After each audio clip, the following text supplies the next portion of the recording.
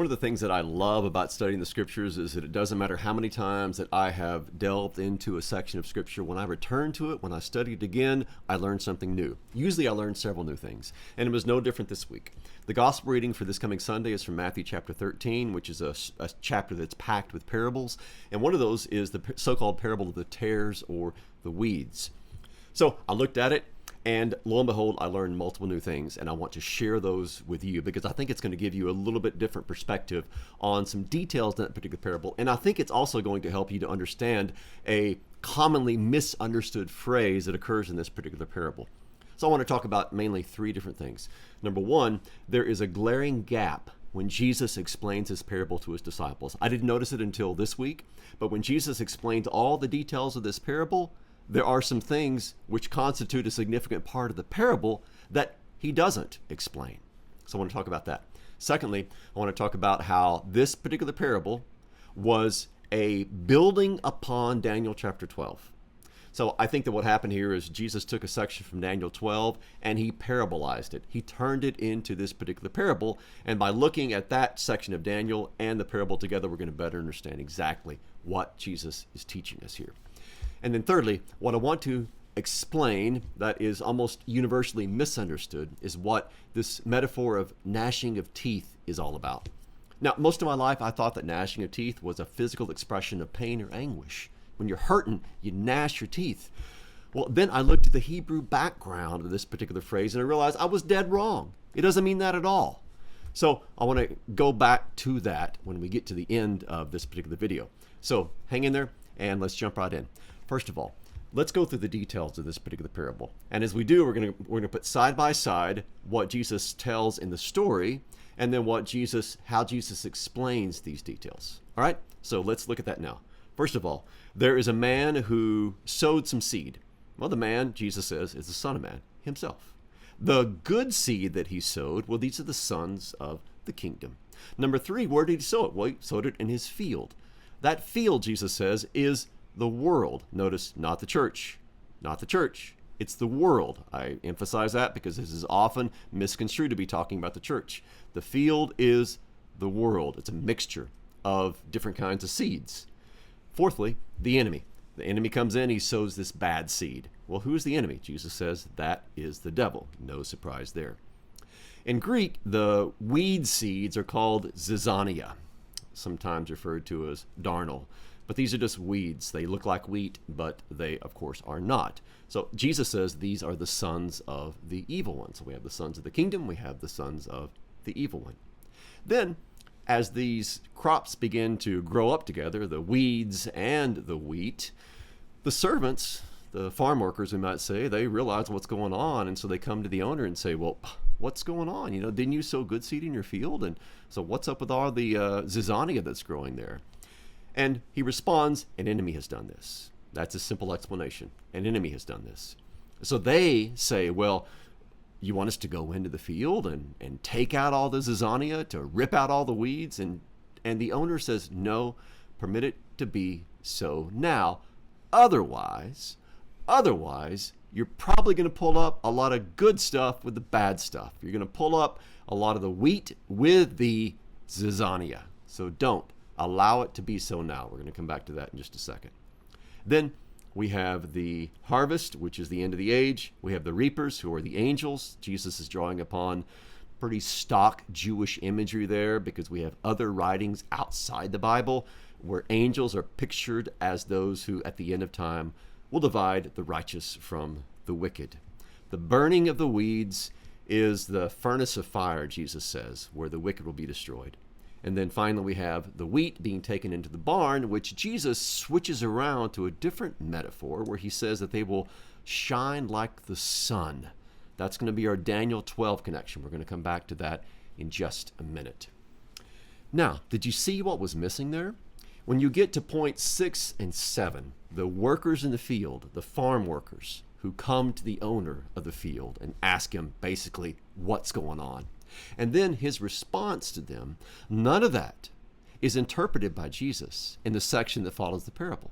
The disciples come to him and they say, explain this to us. Just, unpack this parable for us. And Jesus does. He goes through all those points that I just went through, but he doesn't explain that. This is a conspicuous gap.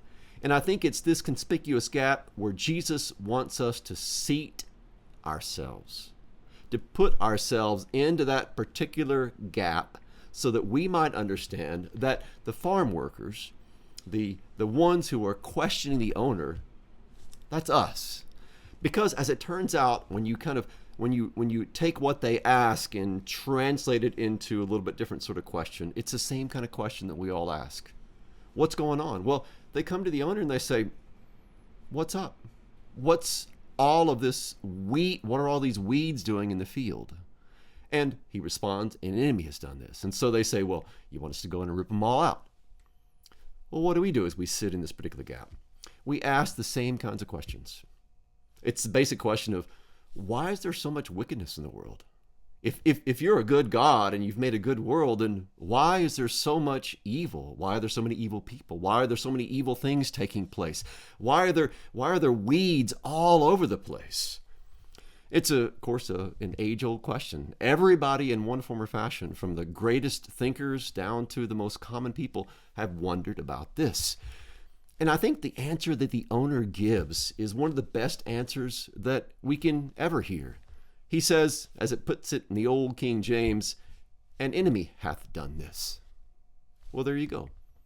An enemy is the one who is guilty of this. An enemy has done this.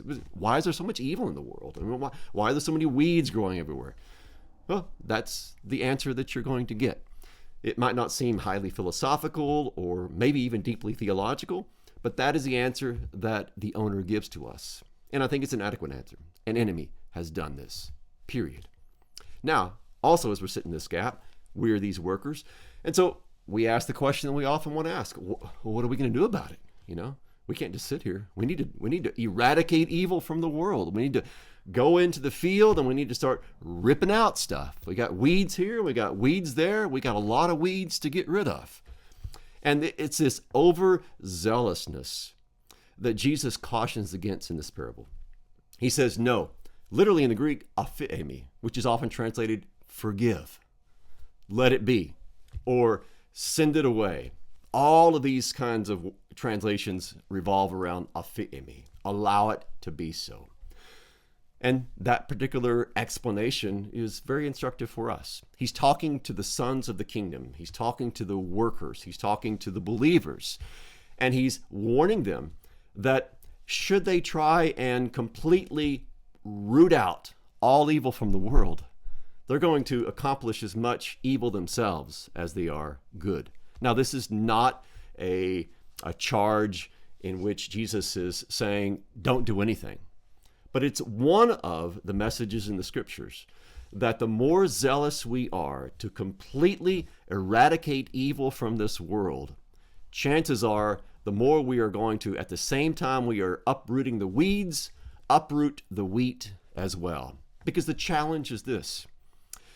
How are you going to separate the good from the evil? How are you going to separate the bad from the good?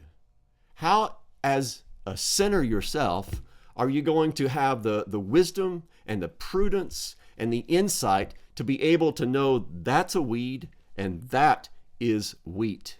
Because the truth is, as Solzhenitsyn put it, this line between good and evil runs through all of our hearts. And so thank God that he doesn't say at the end of time he's going to send out those workers into the field, us, to separate good from bad, evil from not evil, wheat from weeds. He's going to send his angels. They're the reapers who are going to take care of this. So I think this is instructive as we kind of sit in that gap and understand ourselves as we grapple with evil in the world. It's not a call to pacifism, but it is certainly a call for the sons of the kingdom, for the believers, for the church, to recognize that this world is going to be always a mixture of good and bad. There is no utopia that we can create by ridding ourselves of all of the tares, all of the zizania, all of the evil. It's going to be that way until Christ returns. And he is the one who's going to separate the wheat from the tares. And his angels are going to be the ones who carry out his perfect bidding. All right. So enough about that particular part. Let's talk about the Old Testament background here. This particular section of Jesus' explanation ends with him saying that the righteous will shine like the sun. Now, this is where we have to have our ears tuned into the Old Testament. In fact, right after Jesus says this, he says, the righteous shall shine like the sun. Then he says, he who has ears to hear, let him hear. Well, did your ears hear?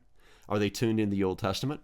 Because this particular image that Jesus uses of the righteous shining like the sun, he is drawing from Daniel chapter 12. Now, this is the case, I've talked about in my other videos, of the use of a rhetorical device known as metalepsis. It's a fancy word for saying that very often what will happen in the Gospels, and other parts of the Scriptures too, is that there'll be a little snippet from an earlier section. We'll just use the New Testament as an example. There'll be a snippet from the Old Testament that is referenced by Jesus. Now, he wants you to have ears to hear that Old Testament section, so you'll go back and you'll read the entire context that he's quoting from, and then in a binocular sort of fashion, you'll look through two lenses at the same time so that you can see more fully what is being taught here. All right? So let's look at this particular section of Daniel. Let's go back to Daniel chapter 12, and let me read you 2 or 3 verses there, and then we'll compare those, the elements of those, with the parable itself. So Daniel chapter 12, verses 1 through 3. At that time shall arise Michael, the great prince who has charge of your people. And there shall be a time of trouble such as never has been since there was a nation till that time. But at that time your people shall be delivered, everyone whose name shall be found written in the book. And many of those who sleep in the dust of the earth shall awake, some to everlasting life, and some to shame and everlasting contempt. And those who are wise shall shine like the brightness of the sky above, and those who turn many to righteousness like the stars forever and ever. Now, notice what's going on here. When you compare the elements of that brief section with the parable, you see a lot of parallels between these two, in addition to the direct allusion, that direct quote that Jesus uses about the righteous shining. So it says there's a time of trouble and distress. Well, that's exactly what's going on in the parable, right? And then you have Michael appearing in Daniel chapter 12. What do you have in the gospel? What do you have in Matthew 13? Well, you have the angels who are the reapers at the end of time. You also have the wicked in Daniel chapter 12 being subjected to shame and humiliation and to abomination, and that is reflected in the parable about the sons of the evil one being cast into the fiery furnace where there's weeping and there's gnashing of teeth. You also have in Daniel chapter 12 an image that sounds like it's drawn from agriculture, because you have bodies sown into the earth, right? Just like in the parable, you have seeds that are sown or planted in the soil of the field. And then finally, you have Jesus alluding to this same kind of image of the saints, the righteous ones. Those who are wise will shine like the firmament in its expanse, and they will be like the stars in their brightness. And Jesus says that the righteous will shine like the sun. I think that what's going on here is Jesus is wanting us to hear in that particular image, hear this reference to Daniel, to go back to Daniel, to reread that, reread the parable, reread Daniel, reread the parable, and to see these as a unit. So that's what is being talked about in Daniel, which is the resurrection and the separation of the righteous and the wicked, and different metaphors for each of them. That all of this Jesus draws upon in order that he might tell this parable. As is so often the case, what the New Testament is doing, it's extrapolating from the Old Testament, it's expanding the Old Testament, it's building upon the Old Testament. And so anytime that your ears are hearing the New Testament, your other ear better be listening to the Old Testament, because if not, you're going to be tone deaf. You're going to miss exactly what is being communicated. So Daniel chapter 12 is turned into a parable by Jesus when he tells this particular story. Okay. And finally, what I promised at the beginning, gnashing of teeth. What in the world is going on with gnashing of teeth? As I mentioned, most of my life I thought gnashing of teeth was a reference to a physical expression of pain or anguish. I was wrong. And this is why I was wrong. So if you go back to the Old Testament and you look at several different verses in Psalms and then one in Job, and you look at the context of each of these, you're going to realize that what gnashing of teeth is referring to is not pain, but anger. The anger of the wicked at the righteous. The anger of the wicked at God. So the Hebrew word for gnash is harak, and it occurs 5 different times in the Old Testament. So 5 different times someone haraks, they gnash their teeth. 3 of these are in the Psalms. So in Psalm 35 and in Psalm 37, mockers and evil men gnash their teeth at David. In Psalm 112, the wicked are angry at believers, and they gnash their teeth at them and melt away. Lamentations says that Israel's enemies will hiss and gnash their teeth at them. Now, these enemies were victorious, so why would they be in pain? They're not. They're angry. They're hissing and gnashing their teeth at Israel. That's in Lamentations 2:16. And then finally in Job chapter 16, Job himself talks about how God has struck out in his wrath against him and gnashed his teeth at Job. So Job is talking about how God, as his seeming enemy, because Job has gone through so much suffering, has gnashed his teeth at Job. That's Job 16, 9, and 10. Now, when you turn from that to the Gospels, you realize that anytime that Jesus is talking about people gnashing their teeth, what he's talking about are those who, they may be in pain, but the reason they're gnashing their teeth based upon this Old Testament background is because they're angry. They are incensed because they have been pushed out of the kingdom, and now they are suffering the consequences of their unbelief and rebellion against God and his ways. So the weeping may express this utter anguish of heart because of what's going on, but the gnashing of teeth expresses utter anger, fury at God and his church. And then we see one more instance of this. If you look in Acts chapter 7 at the stoning of Stephen, it says that when he had finished preaching, he had so riled up his adversaries that they gnashed their teeth at him. They weren't in pain. They were furious. And their fury was expressed in this gnashing of teeth at Stephen before they stoned him. So when you hear the phrase weeping and gnashing of teeth, always remember, gnashing of teeth doesn't refer to pain. It refers to fury, the fury of the wicked at being punished for their sins and being cast out of the kingdom. Okay, well, that's enough for Matthew chapter 13.